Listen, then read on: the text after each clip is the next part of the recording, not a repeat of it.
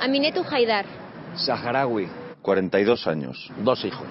Residencia El Ayun, Sáhara Occidental. Territorio ocupado por Marruecos desde 1975. 4 años desaparecida y torturada en las cárceles secretas marroquíes. Reconocida mundialmente como defensora de los derechos humanos. Por Aminetou Haidar. Por Aminetou Haidar. Expulsada de su país el 14 de noviembre del 2009. El día 15 de noviembre inicia una huelga de hambre. Por Aminetou Haidar. Por Aminetou Haidar.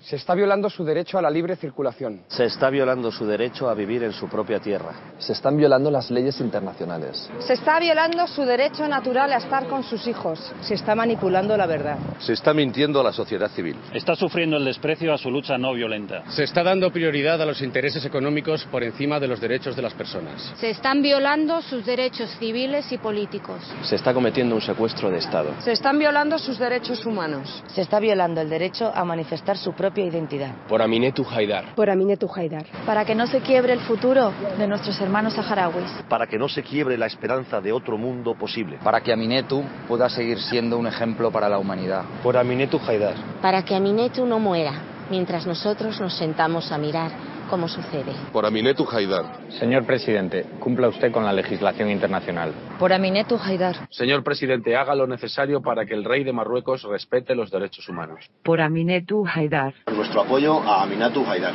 Señor presidente. Haga lo necesario para que Aminetou regrese a su casa. Señor presidente. Señor presidente. Por Aminetou.